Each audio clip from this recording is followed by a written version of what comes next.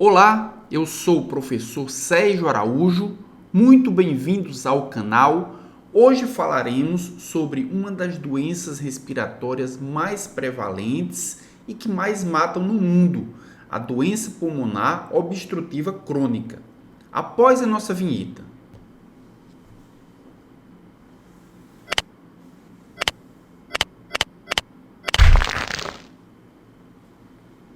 Então, quais são os objetivos da nossa aula de hoje? Primeiro, vamos começar definindo a DPOC, que é a sigla para doença pulmonar obstrutiva crônica. Também vamos compreender a fisiopatologia da DPOC. Vamos conhecer a classificação da DPOC de acordo com a gravidade e também entender o tratamento farmacológico para um paciente com DPOC.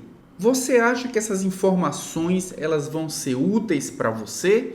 Então aproveite e já assine o canal, também compartilhe com outras pessoas. Afinal de contas, se você assinar o canal, você será notificado quando tivermos outros vídeos no ar. Então, para ilustrar essa aula, nós vamos começar com dois casos clínicos que vamos tentar elucidá-los simultaneamente. O primeiro caso clínico é de um paciente masculino, ex-fumante, que apresentava dispneia inicialmente para jogar futebol, mas que atualmente apresenta dispneia para atividades mais rotineiras, como subir escadas e caminhar em passo mais rápido. Esse paciente ele nega o uso prévio de antibióticos ou de corticoides, mas faz uso atualmente de formoterol pelo menos por 6 meses e diz que isso trouxe alívio parcial dos sintomas. O único exame que o paciente fez foi uma espirometria, na qual o volume expiratório forçado 1 ele foi detectado em 40%.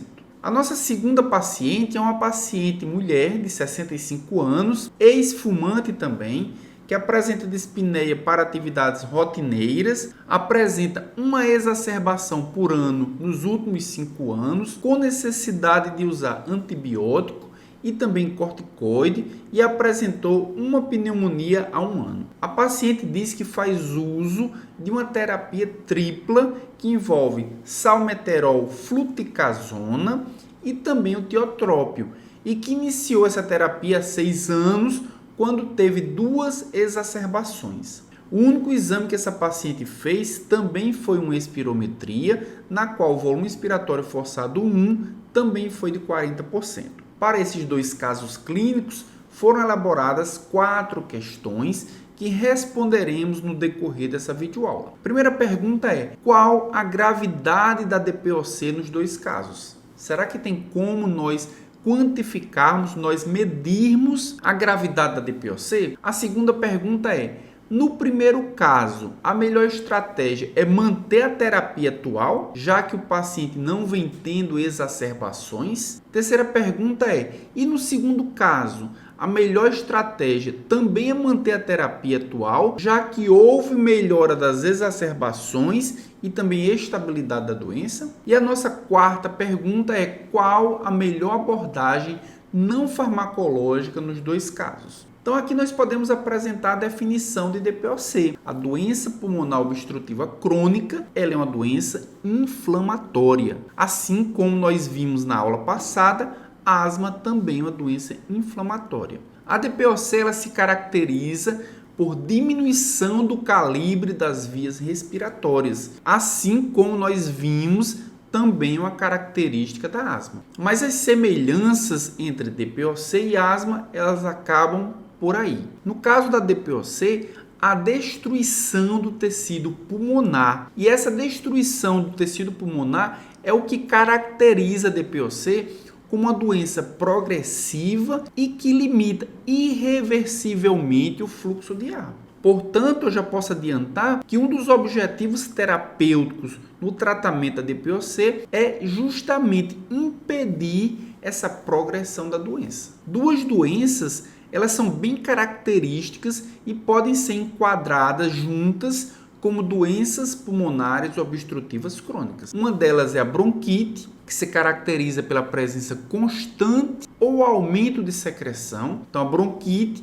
é uma doença pulmonar obstrutiva crônica que se caracteriza pela produção aumentada de muco. E como nós podemos ver na imagem, quando o muco ele é produzido em grandes quantidades, como foi, por exemplo, na asma, essa excessiva produção de muco pode obstruir as vias aéreas. Então, a bronquite é uma DPOC que atinge as vias aéreas. Na bronquite, essa produção excessiva de muco, ela permanece por 3 meses por ano, por pelo menos 2 anos consecutivos, sendo esses os critérios para diagnóstico de bronquite. Já o enfisema, ele se caracteriza pelo alargamento anormal e permanente dos alvéolos. Então, o enfisema, ele atinge o pulmão, ele atinge os alvéolos pulmonares, fazendo com que haja ruptura dos alvéolos, fazendo com que haja esse alargamento anormal dos alvéolos e também destruição das paredes alveolares. Então, ambos são doenças progressivas, são doenças que culminam com a destruição do tecido pulmonar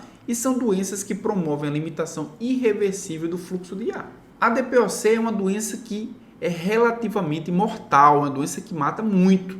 Nós podemos ver por essa tabela aí, do ano de 2001 no Brasil, que ela é a 6ª causa de morte no país. Mais de 33 mil pessoas morreram em 2001 por DPOC, ficando atrás apenas de câncer, acidente vascular cerebral, infarto miocárdio, assim como outras doenças cardíacas e acidentes e homicídios. A DPOC ela também se diferencia da asma no aspecto da sua prevalência. Enquanto que a asma é uma doença que é muito mais prevalente nas crianças e também nos adolescentes, a DPOC é uma doença muito mais prevalente nos indivíduos idosos. Podemos ver aí que as pessoas com mais de 60 anos, 25,7% das pessoas que têm DPOC estão nessa faixa etária. Então é uma doença que é muito mais prevalente entre os idosos. Aqui nós podemos ver outros dados, são dados americanos de prevalência da DPOC. Foi comparado a prevalência de várias doenças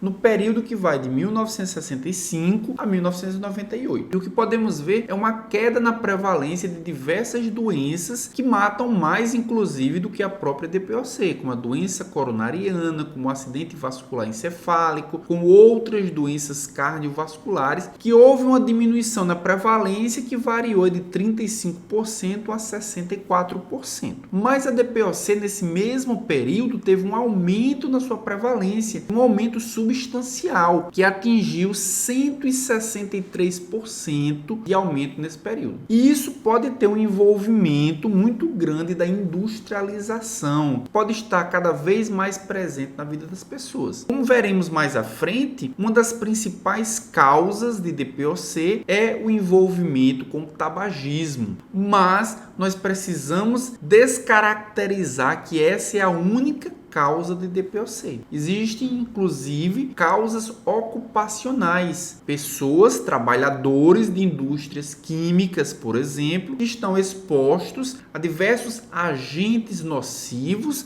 que podem causar DPOC. Então, entrando agora na fisiopatologia da DPOC, a DPOC se caracteriza pela exposição pulmonar a agentes oxidantes, que podem ser, por exemplo, os agentes oxidantes vindo do tabagismo, mas podem ser agentes oxidantes outros que não são tabagismo, por exemplo, a poluição das indústrias, ou pode ser exposição a agentes químicos também. O que é que esses agentes oxidantes, por exemplo, o tabagismo, poderá produzir? Eles vão produzir diretamente lesão da elastina e da fibra colágena. Elastina e fibra colágena da onde? Dos alvéolos. Lembram que os alvéolos, eles vão se romper, vai abrir um espaço no pulmão e esse espaço vai diminuir as trocas gasosas. Então, os agentes oxidantes vão produzir uma oxidação nos alvéolos, produzindo essa lesão da elastina e da fibra colágena. Além disso, esses agentes oxidantes, eles também vão estimular células epiteliais e também macrófagos, como nós podemos ver na imagem do lado esquerdo. As células epiteliais e os macrófagos vão produzir diversos mediadores inflamatórios, diversas citocinas, que vão estimular a diferenciação de fibroblastos, por exemplo. E aí o fibroblasto vai produzir fibrose das pequenas vias aéreas. E no que é que isso pode resultar? Vai resultar no enrijecimento dessas vias aéreas pequenas pequenas e na diminuição da elasticidade. Com o aumento da secreção, nós já podemos prever que isso vai diminuir o fluxo aéreo nesses pacientes. Além do mais, as células epiteliais e também os macrófagos, ao produzirem esses mediadores inflamatórios, resultante do estímulo pelos agentes oxidantes, também irão ativar uma resposta TH1 e também os linfócitos T citotóxicos, que irão agredir diretamente a parede alveolar, produzindo assim a destruição da parede alveolar, que é o que nós podemos ver, por exemplo, que acontece no enfisema. Também as células epiteliais e também os macrófagos, por meio dos mediadores inflamatórios, irão produzir ativação de neutrófilos e também de monócitos. E o que é que neutrófilos e monócitos vão fazer? Vão produzir proteases que também vão agredir diretamente a parede alveolar, vão produzir a destruição da parede alveolar e também vai estimular a secreção de muco pelas glândulas mucosas. Então, nós já vimos que isso vai promover a redução do espaço alveolar e vai produzir também o aumento da secreção nos brônquios. Vejam nesse esquema do nosso lado direito que a ação direta dos oxidantes, eles são prevenidas pela atuação de agentes antioxidantes. Os agentes oxidantes, eles não agem diretamente, sempre destruindo o tecido, porque endogenamente nós temos agentes antioxidantes. E nós podemos ver nesse esquema também que as proteases, que as elastases de neutrófilos e também de macrófagos, não estão destruindo a todo instante o tecido, porque endogenamente nós temos antielastases como a alfa-1 antiprotease, a alfa-2 macroglobulina e também o inibidor da mucosa brônquica. Isso já nos mostra o poder da proteção dos antioxidantes e também das antielastases. Então, pessoas que apresentam dificuldade na expressão dessas enzimas ou na atividade dessas enzimas e desses agentes, eles terão uma propensão, uma susceptibilidade maior, por exemplo, a desenvolver DPOC. Então, já entrando nos fatores de risco, nós já podemos dividir os fatores de risco em dois grandes grupos. Os fatores relacionados ao indivíduo, os fatores pessoais, que aí entra, por exemplo, o fator genético, como a deficiência da alfa-1 antitripsina. Também a capacidade do indivíduo reagir ou não a um agente poluente, ou seja, uma hiperresponsividade brônquica, a exposição do poluente e também o crescimento pulmonar. Todos esses fatores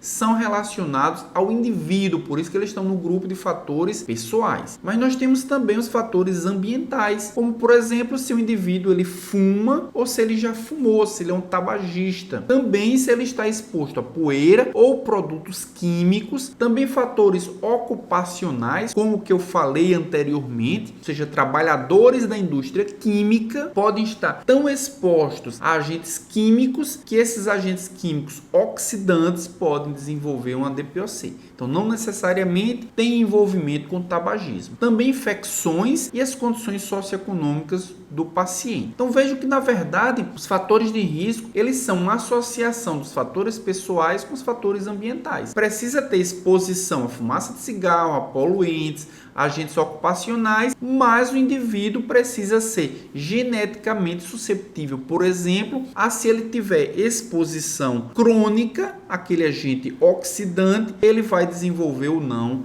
a doença pulmonar obstrutiva crônica. Aqui na tela está aparecendo algumas das minhas redes sociais. Se vocês quiserem me seguir, lá podemos trocar uma ideia e continuar a discussão que iniciamos aqui nessa videoaula.